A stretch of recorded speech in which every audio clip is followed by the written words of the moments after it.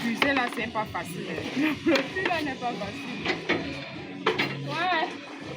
Au quartier Grand Gare, les habitants n'ont plus accès à l'eau courante depuis décembre 2025. Les robinets de Kamwata restent désespérément secs, malgré les démarches répétées des riverains auprès de la société de distribution, restée sans suite. On a discuté d'eau depuis novembre, hein, parce que même novembre, avant novembre, il y a un problème d'eau, il n'y a pas d'eau, l'eau ne coule pas.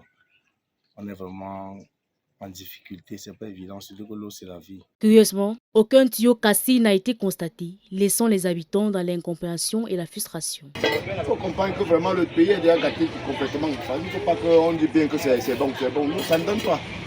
Ça ne donne pas. Boire, cuisiner, se laver, chaque geste devient un véritable défi. L'eau est devenue maintenant l'huile d'arachide. Donc quand on veut puiser l'eau, rien que la goutte de 25 fait devenir 50. Et pas des endroits.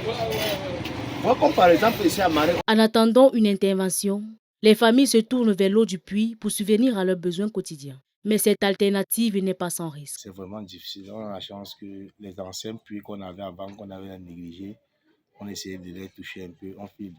Et jusqu'à là, c'est pas potable, c'est même pas conseillé de préparer avec.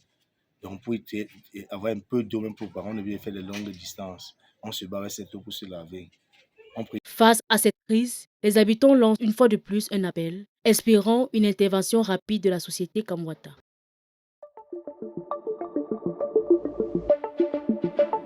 Le Messager Télévision, à l'écoute du peuple.